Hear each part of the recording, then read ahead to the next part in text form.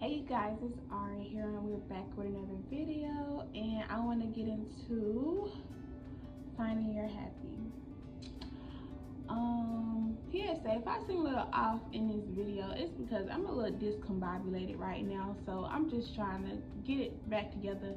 And it's a little late. I started my day a little late today. I had so many plans for today, but yesterday didn't go how I want, and I'm trying to recatch from yesterday to today, and it's Sunday night and I got work tomorrow, so it's like I'm just trying to get everything back on track, back together. Keep anyways, the first step that you can take to finding your happy is be patient and kind with yourself. Don't rush yourself or get upset. Just know that, just take your time with everything that you plan on doing, and just know that it's a journey. It's in slow and steady wins the race.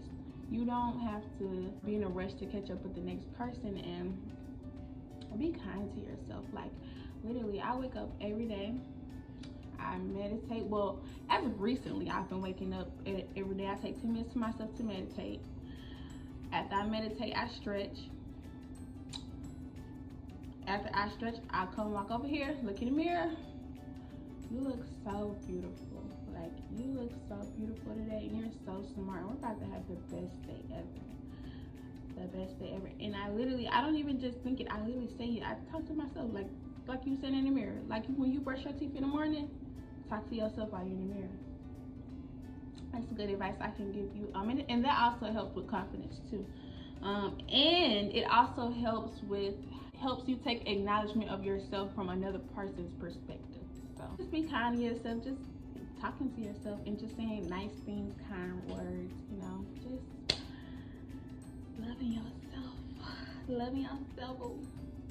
The next thing is romanticizing yourself. So this is my favorite one. When I say romanticizing yourself, I'm saying it doesn't take nothing to get up and look at it like you're doing a favor for yourself, or you're doing something kind of sweet for yourself. Like, I get up in the morning, I make my protein shake, I make sure I decorate it a little way. When I cook, I'm cutting up my onions, I'm cutting up my bell peppers, I'm making everything from scratch, but I'm putting this, it's coming from a place of love, it's coming from an art of love. Like this weekend, I celebrated 2 weeks of being vegan, right?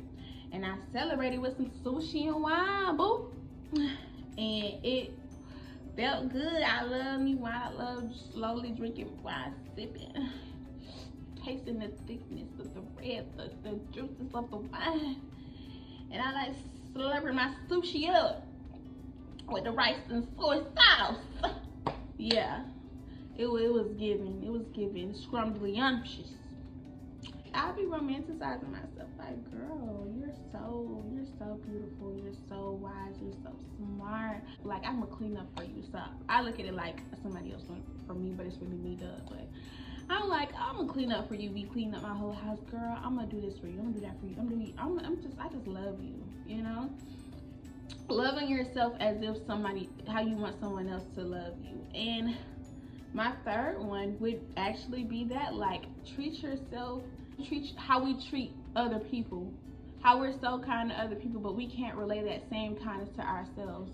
How when we're in a relationship with somebody, we show such admiration towards this person, but we don't receive the same back, or we don't pour that same backup energy back into ourselves.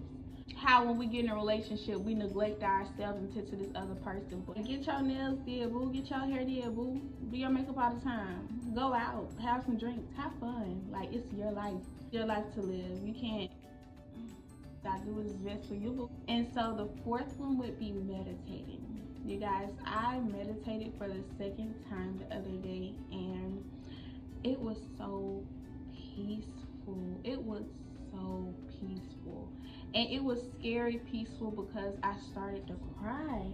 Because I was my imagination was taking me places I never thought I could go, or I never even saw my own true eyes. And it was just, on real eyes. And it was just insane, like So I could have stayed there all day, but your girl had to go to work. But I've been meditating every day since then, trying to get stronger, trying to get better, trying to sense more, unlock new levels, new powers, just become one with myself and tune out the outside noise. And another one. This is a loud one. I got this idea from this girl.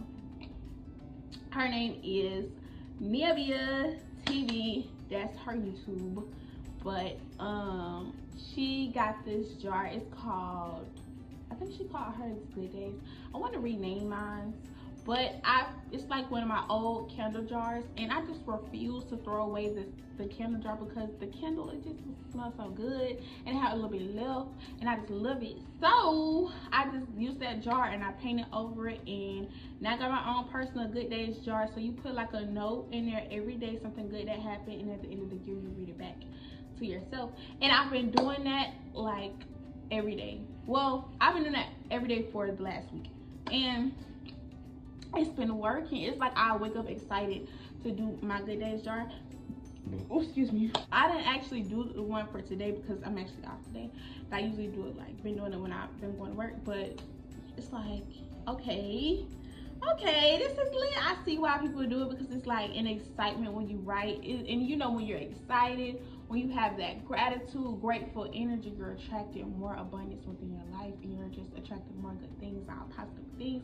And I feel like it's been working, y'all. Another thing is, and I don't want to say this because I don't know if it's just me personally or it's like but I do feel like energy is transferable. Well, like, I've been feeling a lot better ever since I stopped eating meat. It's about almost week 3. By the time y'all see this, it'll be 3 weeks for sure. And they say energy is transferable, and like through the food that we eat. And I'm not sure like how true that is, but like, say like, oh, when the cow or the chicken knows it's finna get caught to be killed, they running away, or they screaming, and they're screaming in pain, but they're screaming in pain because when they scream in pain, it creates stress hormones around the body and fear hormones. When we eat in our chicken, you gotta think from a human perspective. When we eat in our chicken, we're eating stressed out chicken and stressed out cow and stressed out pig. Stress goes through your bones too. Like, it ain't just stuck in your veins, but like that stuff, you know, it just, and then it's in your blood too. Oh my Jesus Christ. I ain't even just talking about it. It's in your blood too, because you know, high blood pressure and everything. Like, we get stressed out, our blood pressure raised up. It get a little hot.